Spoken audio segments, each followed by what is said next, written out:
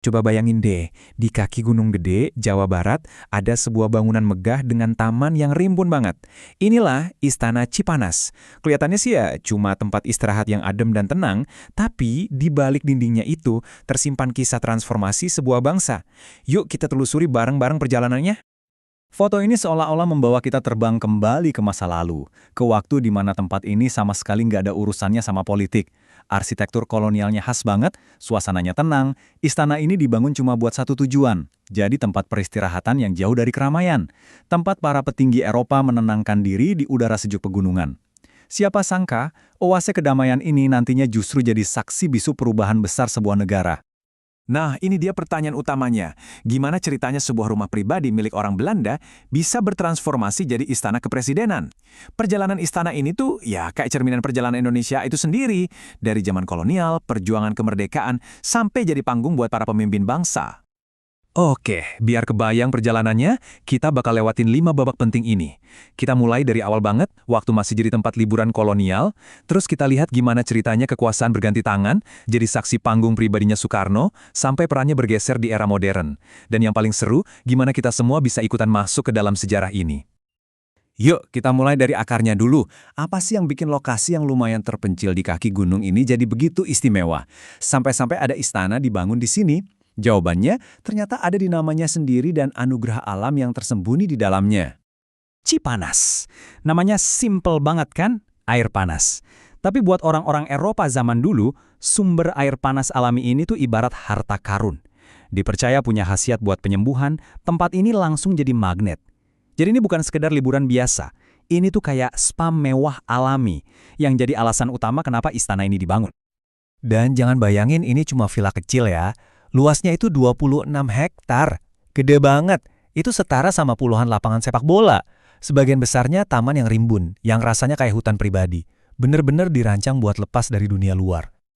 Di balik setiap bangunan hebat, seringkali ada cerita personal. Nah, Istana Cipanas ini lahir dari cinta pada pandangan pertama. Katanya, Gubernur Jenderal Van Imhoff itu saking terpesonanya sama keindahan alam di sini, dia langsung memutuskan, oke, saya harus bangun surga pribadi di sini. Jadi ini bukan proyek negara, tapi proyek hasrat.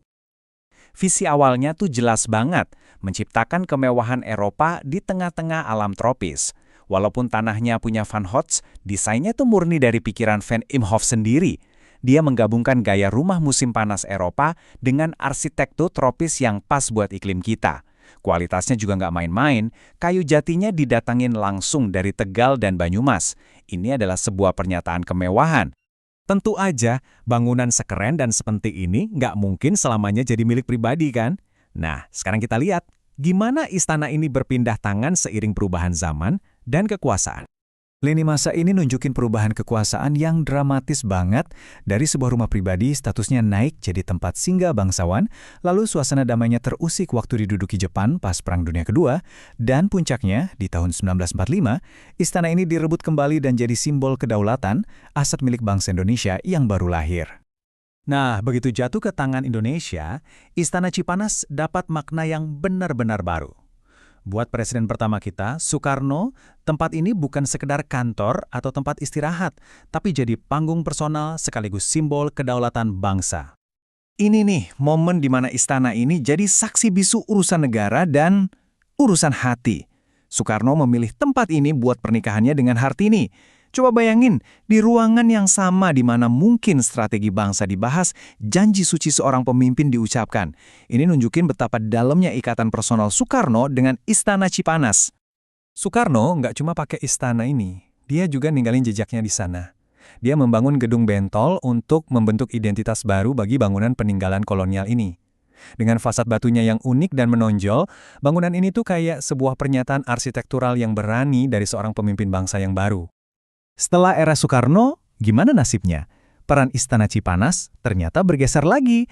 Fungsinya terus beradaptasi tergantung gaya kepemimpinan presiden-presiden selanjutnya. Perbandingan ini nunjukin banget pergeseran gaya kepemimpinan. Di zaman Soekarno, istana ini adalah panggung utama, tempat drama politik dan pribadi terjadi. Tapi di era Soeharto, pusat kekuasaan pindah ke Jakarta. Istana Cipanas jadi lebih tenang, lebih informal, seringnya dipakai sama wakil presiden. Ini mencerminkan gaya kepemimpinan Soeharto yang lebih terpusat. Terus gimana sekarang? Kabar baiknya cerita di balik tembok istana ini udah bukan rahasia lagi. Pintu istana sekarang udah terbuka buat kita semua. Lewat program Istana untuk Rakyat atau Istura, gerbang yang dulu ketutup rapat sekarang terbuka lebar. Jadi kita nggak cuma baca tentang sejarahnya, kita diundang buat jalan di lorong yang sama dengan para pemimpin kita. Merasakan langsung atmosfernya. Keren kan? Dan yang paling asik, caranya gampang banget. Cukup daftar online lewat situs resmi kepresidenan, kamu bisa atur jadwal kunjungan dan dapat izin masuk. Selama nggak ada acara kenegaraan ya, sejarah itu cuma beberapa klik aja jauhnya. Nanti di sana, kamu bisa lihat langsung bangunan peninggalan Belanda, gedung bentol rancangan Soekarno, dan ada juga taman herbalia loh. Itu taman dengan lebih dari 300 jenis tanaman obat yang digagas oleh Ibu Ani Yudhoyono. Jadi, setiap sudutnya tuh punya cerita dari era yang beda-beda. Jadi, dari tempat santai pribadi jadi panggung bangsa, Istana Cipanas udah ngeliat semuanya. Ia jadi saksi bisu negosiasi rahasia, momen-momen pribadi para pemimpin, sampai pergantian kekuasaan.